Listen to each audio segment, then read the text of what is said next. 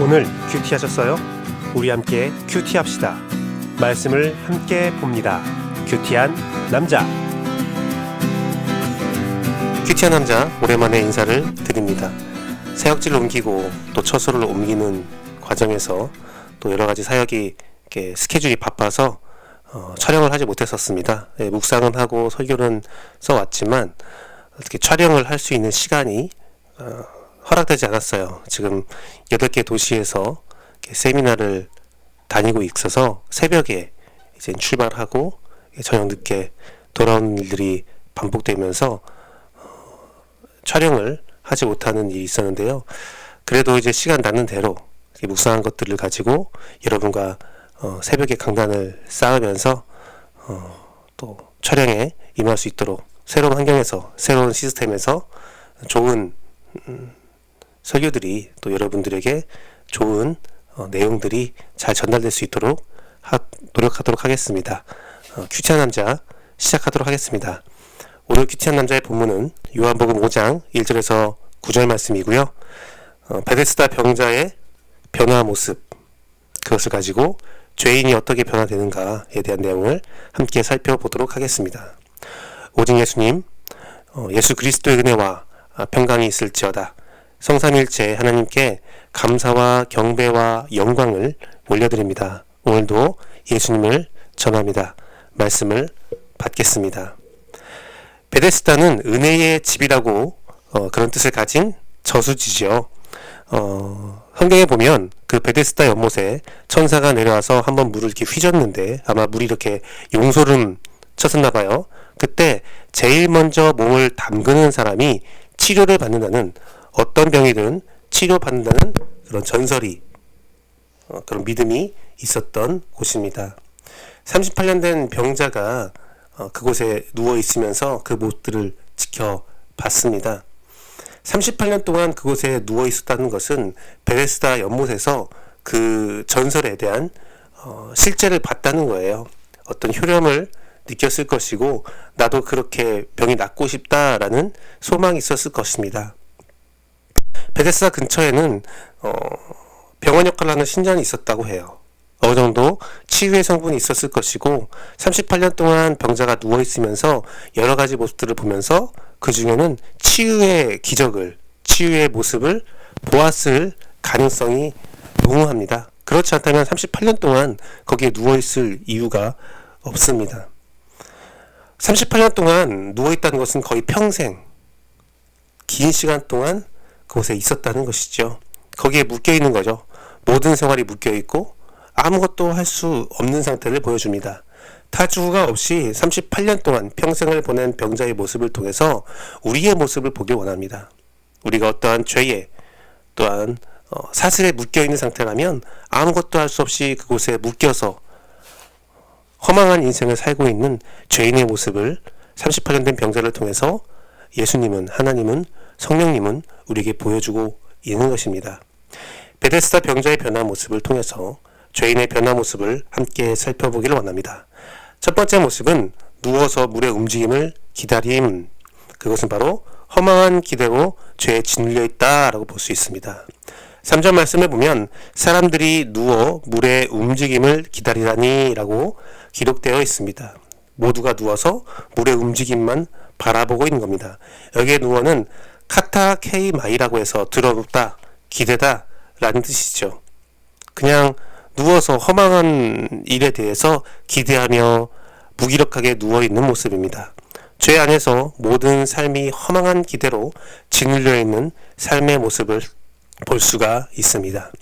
이사야서 59장 4절 말씀에 공의대로 소송하는 자도 없고 진실하게 판결하는 자도 없으며 험한 것을 의뢰하며 거짓을 말하며 악행을 잉태하여 죄악을 낳으며, 죄악된 상태의 사회 모습을 이렇게 무기력한 모습으로 보여주고 있습니다. 허망한 모습으로 보여주고 있죠. 로마서 7장 5절 말씀은 우리가 육신에 있을 때에 육신의 율법으로 말미암는 죄의 정욕이 우리 지체 중에 역사하여 우리로 사망을 위하여 열매를 맺게 하였더니, 죄 아래에 있는 모습은 허망한 모습이고 아무리 노력한다 할지라도 그것은 사망에 이르는 결과를 가져온다는 거예요. 어떤 일을 하던, 어떤 사역을 하던, 어떤 어떤 마음을 갖던 어떤 것을 바라보던 그 열매는 사망이라니 얼마나 험한 일입니까? 율법이 그러합니다. 죄악이 그러합니다. 죄악이 있는 상태에서는 모든 삶이 허망한 기대로 짓눌려 있는 상태입니다. 짓눌린 삶입니다. 20세기를 양분한 사회 질서에 대한 두 이론은 바로 공산주의와 사회주의로 말하는 공산주의와 자본주의였습니다. 끝내 21세기에 소련의 멸망으로 인해서, 소련의 몰락으로 인해서 두 이론의 싸움은 자본주의의 승리로 끝났습니다. 사실 이론적으로 더 훌륭한 것은 학자들이 말할 때에 사회주의라고 해요. 하지만 사회주의가 패배한 이유는 인간의 특징 중에 하나인 욕심을 간과했기 때문입니다. 욕심이 없으면 사회주의처럼 될 수 있다는 거예요. 하지만 그 가운데 욕심 있는 사람들, 욕심을 끊지 못하기 때문에 사회주의는 현실이 될 수 없는 망상, 허망한 것이라는 겁니다. 인간에게는 욕심이 없어야 사회주의가 성공합니다. 도저히 성공할 수 없는 이론이지요. 죄인인 우리 인간들에게는 절대로 일어날 수 없는 일입니다. 사람을 기대하는 것, 사람에게 어떤 기대를 거는 것은 허망한 모습입니다. 38년 된 병자가 그 모습을 바라보면서 누워있는 사람들, 허망한 기대를 가지고 죄악 가운데 누워있는 거죠. 마지막 때에 주님이 오십니다. 많은 사람들은 그 마지막 때의 환란을 보면서 돈과 명예, 술과 여자, 담배, 쾌락, 여러 가지 것들에 나름대로의 해결 방법들을, 소망을 가지고 살아갑니다. 그것들을 가지면 내가 행복해질 거야 라고 생각합니다. 그것을 소유하면 모든 문제가 해결될 거라고 여깁니다. 하지만 그 마지막 때에 그 모든 것들은 소용이 없습니다. 요한계시록을 보면 나를 지키고자 했던 것들, 나를 지켜줄 거라고 생각했던 것들이 아무 의미 없이 그 고통과 절망을 피할 수 없는 고통으로 이어진다는 것을 볼 수 있습니다. 오히려 내가 의지한 것 때문에 멸망하게 되죠. 사랑하는 여러분, 우리 왕의 신하의 모습을 봅시다. 제가 말씀드렸어요. 왕의 신하가 예수님을 만났을 때의 마음의 문제와 육체의 문제와 영혼의 문제가 다 해결받았다. 예수님만이 희망입니다. 예수만이 소망입니다. 다른 것들은 의미가 없습니다. 허망합니다. 여러분들, 허망한 것을 쫓지 말고 오직 우리 문제의 해결 되시는 예수님을 바라보십시오. 예수님만 바라보는 여러분에게 소망이 있습니다. 다른 것들은 허망합니다. 죄 안에 있는 모든 삶이 허망한 기대로 짓눌린 삶입니다. 베데스다 병자의 모습을 통해서 죄인의 변화 모습을 바라보고 있는데, 첫 번째는 누워 물의 움직임을 기다렸다. 그것은 허망한 기대에 죄에 눌려있는 그런 연약한 모습을 볼 수 있고요. 두 번째, 넣어주는 사람이 없다 한다. 남 탓을 하며 원망하는 모습입니다. 예수님께서 와서 병자에게 물어봤을 때 병자가 대답하되, 주여, 물이 움직일 때에 나를 못에 넣어준 사람이 없어 내가 가는 동안에 다른 사람이 먼저 내려가나이다. 여기에 대답하다는 아포크리노라고 하는데요, 스스로 분리하다, 자신을 변호하다입니다. 병자는 자신을 이렇게 변호합니다. 내가 첫 번째로 내려간다면, 누군가 나를 그곳에 넣어준다면 내가 치유함 받을 텐데 누구도 나를 먼저 넣어주지 않습니다. 그렇죠. 욕심으로 가득한 사람들이 누가 먼저 넣어주겠습니까? 자기가 먼저 들어가겠죠. 그러한 상황을 가지고 원망하고 스스로를 변호하고 있는 모습입니다. 남 탓을 하죠. 원망합니다. 잠언서 19장 3절 말씀에 사람이 미련함으로 자기 길을 굳게 하고 마음으로 여호와를 원망하느니라. 유다서 1장 16절 말씀에 이 사람들은 원망하는 자며 불만을 토하는 자며 그 정욕대로 행하는 자라. 그 입으로 자랑하는 말을 하며 이익을 위하여 아첨하느니라. 죄악된 모습들이 이러합니다. 원망하는 거, 불만을 말하는 거. 예수님께서는 병자에게 낫고자 하냐라고 물어봤습니다. 그럼 대답은 간단하죠. 낫고 싶습니다 하면 됩니다. 하지만 병자는 낫고 싶습니다, 자신의 상태와 자신의 마음을 고백하는 것이 아니라 남 탓을 합니다. 시대의 죄인의 모습들은 자신의 죄로 인해 생긴 모든 일들을 남 탓을 하며 원망을 하죠. 남의 흉 한 가지면 제 흉은 10가지다라는 말은 속담이 있습니다. 남의 흉 한 가지면 제 흉은 10가지. 똥 묻은 개가 겨 묻은 개를 나무란다. 내로남불, 내가 하면 불륜, 그것은 로맨스고 남이 하는 불륜은 그냥 불륜일 뿐이다. 좀 민감한 이야기지만 지금 몇 개월 동안 우리나라에 불어왔던 여러 가지 광풍이 있죠. 그 중에 하나가 조국 사태가 있습니다.